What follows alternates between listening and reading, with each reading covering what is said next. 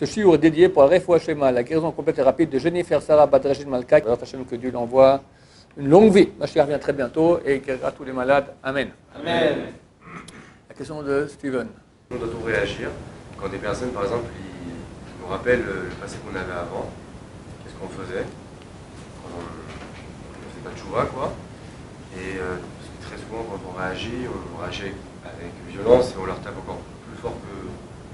On leur tape fort dessus. Parce que... Donc, si je répète la question bien, comme ça, la Torah interdit, c'est un lave d'oraita, c'est une question de la Torah, lo tunu ish et amito. Vous n'allez pas blesser votre prochain. Chaque parole ou chaque acte que quelqu'un peut faire et qui fait blesser son prochain, c'est interdit de la Torah. La Gemara donne comme exemple, entre autres, rappeler un Baal Shuvah son passé. Qui es-tu toi maintenant pour nous dire quoi faire ou aller prier, monter la Torah et il y a quelque temps tu étais en boîte, tu étais le chef de la mafia, par exemple. Ou la Gemara prend l'exemple d'un Ger Tzedek, quelqu'un qui s'est converti, et dit comment te permets-tu toi aujourd'hui d'étudier la Torah alors qu'il y a encore quelques jours tu mangeais des trucs complètement impurs, tu te prosternais devant toutes sortes d'idoles. D'accord?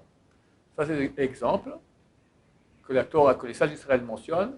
C'est un interdit de la Torah. L'otonu ishetamito. Maintenant, ce n'est pas forcément cela. Si quelqu'un maintenant, je dis triple imbécile, je sais bien qu'il n'est pas un Baal Shuvah, et qui m'a énervé, je fais aussi cet interdit. Chaque fois qu'on blesse quelqu'un. Alors, celui qui a fait l'interdit, il a transgressé l'interdit, terminé. C'est clair qu'il aura une facture pour ça. Ta question, c'est comment on doit réagir, nous.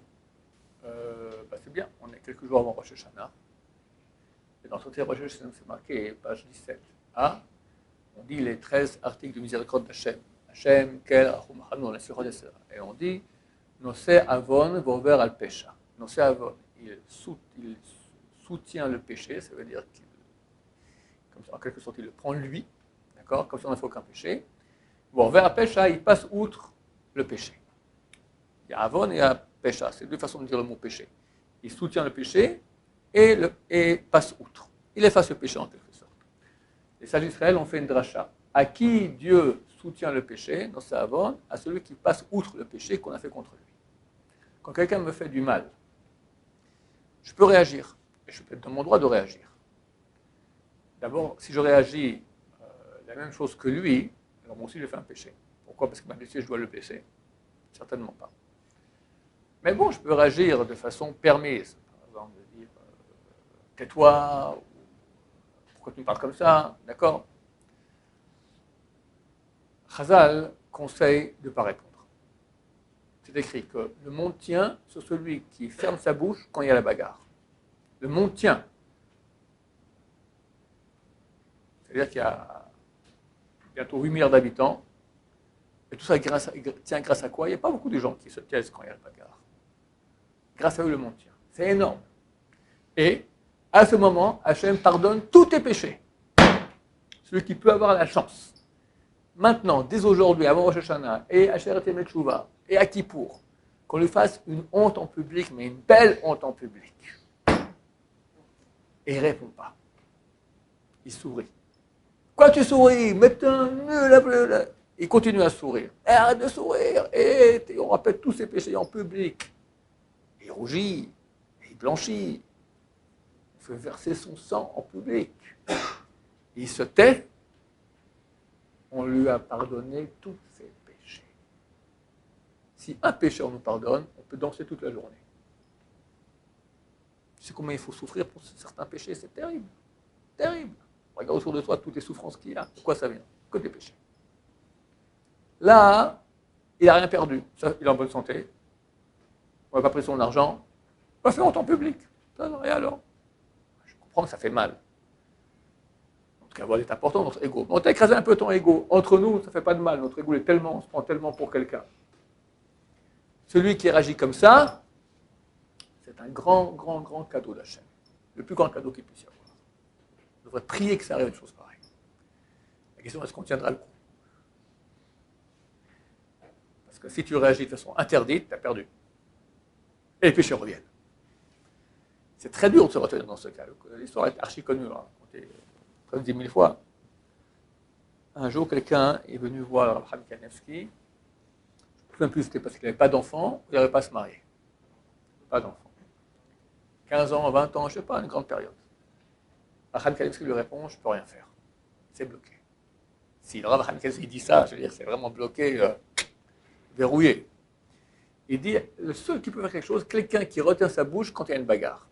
Il faut une bracha de quelqu'un comme ça. Top, il sort de la Rav Kanevsky, il a dit, qu'est-ce que je vais faire? Aide-moi.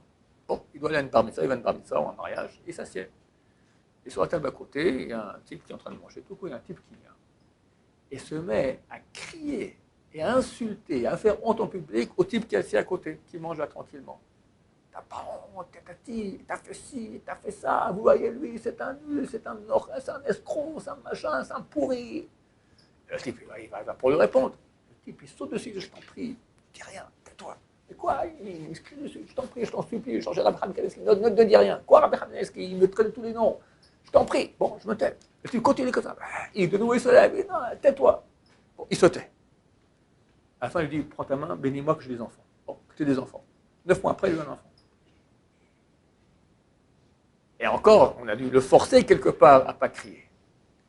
C'est énorme. C'est la réaction qu'on doit avoir. Maintenant, il y a à part cela, il y a une mitzvah de tochecha. Quelqu'un nous a fait du mal, il y a une mitzvah de le corriger. Pas parce que j'ai envie de marquer un point. Comme si j'avais vu maintenant quelqu'un d'autre dans la rue. J'ai vu maintenant Moshe faire Onadvarim, blesser Yaakov. Je suis ni le frère de Yaakov, ni son père, ni rien. Par contre, je connais Moshe. Je ne connais même pas Yaakov. Je peux aller voir Moshe et lui dire, écoute Moshe, quelqu'un de bien, tu l'as blessé ce pauvre garçon. Non, mais comme il dit, je suis content, mais ce n'est pas des façons de faire. On peut faire une correction à quelqu'un gentil. Tu es quelqu'un de bien, pas t'es un nul, tu as vu ce que tu as fait. Quelqu'un de bien. Raval, c'est dommage. Pour le changer. Maintenant, comme moi je suis la victime, je peux aussi faire cette mitzvah. Mais quand on est victime, c'est beaucoup plus dur. Est-ce que je fais maintenant vraiment pour le bien de l'autre, comme j'aurais vu maintenant Moshe crier sur Yaakov, ou quelque part, c'est un peu ma vengeance, que je me permets de lui lire une lettre très gentille, mais quand même, je t'envoie un petit coup comme ça pour que tu comprennes, tu t'es très mal comporté. Si on agit comme ça, il ne va jamais accepter. Il voudra se légitimer. C'est-à-dire que c'est nous qu'on n'a rien compris, c'est nous l'auteur il va nous haïr. Donc il faut faire très attention à cela. Mais si on sait que le type en face, c'est un type bien, et il veut se parfaire, il accepte qu'on lui fasse des remarques, alors faire des remarques très très gentilles, si possible par écrit, avec une grande tartine de c'est le meilleur sadique au monde, avant, après, et au milieu en passant, je pense que là vous avez fait une petite erreur, moi je l'excuse totalement, mais c'est pour vous-même, pour améliorer, pour que le Rambam dit une phrase, elle a beaucoup de portée. Il faut lui dire, je vous dis ça pour que vous ayez part au Olam Haba, que vous ayez une grande part au Olam Haba. Quand le type, on parle de Olam Haba, hein, quelque part, ça donne une dimension plus grande que simplement je veux maintenant faire du ping-pong avec toi. Mais c'est délicat. Parce qu'aujourd'hui, qui veut se parfaire et qui ne veut pas montrer qu'il est parfait? D'accord? Tu veux montrer à quelqu'un qui se croit parfait comme chaque personne a un ego et ne peut pas entendre qu'elle a un problème. C'est très dur pour eux. Donc tu lui dis, maintenant, tu as un problème, il ne va pas accepter, il va te haïr. Dans les couples, quel est surtout le problème. On n'est pas parfait. Donc tu fais une gaffe. Tu as dit un mot déplacé. Ta femme, elle est blessée. Elle te dit, Rouja. Comme ton père. D'accord? Et toi, tu es mieux que ta mère? Et on commence. Pourquoi? Parce que l'ego était touché. Le travail de toute notre vie. Et si maintenant il nous reste un peu de temps pour Rosh Hashanah, le travail de toute notre vie, travailler l'ego, s'écraser. Ne pas mettre en colère, s'écraser, céder, C-E-D-E-R. Céder, c'est la fermer. Accepter. On croit qu'on est pigeon. Le Rav Shlomo, il a dit, j'étais jeune, Gam Zakanti, j'ai aussi vieilli, mais l'or a été, et je n'ai jamais vu, la fin du verset, Tzadik Ne'ezav, un Tzadik qui était abandonné. Lui, il disait, jamais vu quelqu'un qui est mévater, qui cède, qui a perdu. Quand on cède, on gagne. Il disait toujours comme ça. Conseil pour le mariage, il disait 3 choses. Céder, céder, céder. Celui qui a compris ça dans toute sa vie, il gagne, il gagne, il gagne. Surtout maintenant dans Yamim Noraim. Si la Torah nous aurait fait gentiment, c'est clair. Tu ne fais pas. Jamais, c'est marqué Al Tochachlet, c'est pas une snaïka, ne fais pas une tochecha, une correction, réprimande gentille, une correction constructive à un lettre, à un moqueur, il va te haïr. C'est quoi le moqueur? Il n'a rien à faire ce que tu lui dis. Lui, il doit avoir raison de toute façon. Et si on a un doute? Il ne vaut pas. Ah. Il va te haïr, à quoi ça sert? Parce qu'on ne fait pas une misa, enfin, parce qu'on a le devoir de. Et on fait pas. Ça, ben, Ça va, c'est pas grave. mieux vaut pas. Pourquoi prendre un risque? Il va te haïr. On n'a pas le droit de frapper un enfant, on n'a pas le droit de frapper quand il devient grand. De peur qu'il va nous frapper en retour. Et là, c'est terrible. Un enfant qui frappe son père, c'est très grave. Mais le père fait un interdit. Tu ne mettras pas un obstacle devant un aveugle. C'est-à-dire, tu lui présentes un interdit, tu lui dis, viens, frappe-moi. Toi, tu lui flanques une tarte, il veut te faire flanquer une tarte aussi. Tu fais un interdit. Là, quand tu sais que ce type-là, il est dur, il a de l'ego, quand tu vas lui faire une remarque, tu as une chance sur deux, d'habitude beaucoup un peu plus, d'accord, qui va réagir mal. Toi, tu as fait un interdit, au lieu de faire une mitzvah. En général, quand il fait ça, pour dénigrer ce que tu es devenu. J'ai pas compris.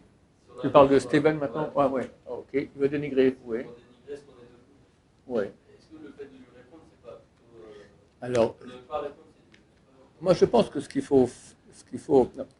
La personne dit quoi? Si c'est une personne qui croit à la Torah et dit, c'est le pauvre type, comment tu te permets après ce que tu as fait, de venir ici être parmi nous? Là, le mieux, c'est s'écraser. D'accord? Si on est capable. Sinon, rien dire. À l'occasion de écrire une lettre, comme ça, voilà, sachez que c'est dommage, de c'est interdit, de l'autonomie chez ta maison, etc. Si maintenant le type, c'est un anti-religieux, et il dit comment tu portes la kippa alors qu'on te connaît, tu étais avec nous dans les casses, etc., auparavant. D'accord? Alors là, tu les rentres dedans. Pas tu les rentres dedans pour le casser son petit morceau, mais il a attaqué la Torah. Il n'a pas attaqué toi, du genre. Il dit tu aurais dû rester comme nous. Il dit ben, moi j'ai la chance, je fais tchouva, et toi pas. Et c'est très dommage. Et sache que la Torah est émette. Là, tu fais un cours sur le émet de la Torah et que c'est dommage. Je ne sais même pas s'il faut lui rentrer dedans. Je retire ce que je dis. Moi, je pense qu'il faudrait au contraire. Bon, tout dépend du cas. Mais lui expliquer, écoute, c'est vrai. Mais j'ai fait tchouva, j'ai compris que c'était le mensonge. Comme tu comprends, toi-même tu comprends que c'est nul. Et je suis dans le bien. Qu'est-ce qui est mieux, rester dans le mal ou aller dans le bien? La Torah considère qu'un Baal Tchouva, quelqu'un qui est dans le mal et a fait le bien, il est plus haut qu'un tzaddik parfait. Le roi David, il a fait l'adultère, et pourtant c'est le roi David, parce qu'il a fait tchouva. Rabbi Akiva, il disait, jusqu'à 40 ans, il était non religieux. Il a dit, donnez-moi un Talmid Chacham que je le mords comme un âne. Donc, vous ferez ça bientôt, dans Psachim, page 50. Mais alors, t'achètes bientôt, après que ma chère vienne. Hein. Alors, on dit, pourquoi tu disais, il racontait que quand il était jeune, il parlait comme ça. Pourquoi tu dis mordre comme un âne? Il mord comme un chien. Et, vous ne savez pas. Le chien, quand il mord que la chair. L'âne, il brise les os. Tellement j'ai la haine des religieux. Rabbi Akiva. Alors, allez, va, tu me. Bézard ta chaîne, tu me bénis que je sois comme Rabbi Akiva. Tu as raison. Une réponse de ce genre-là. Baruch Adonai, le Amen.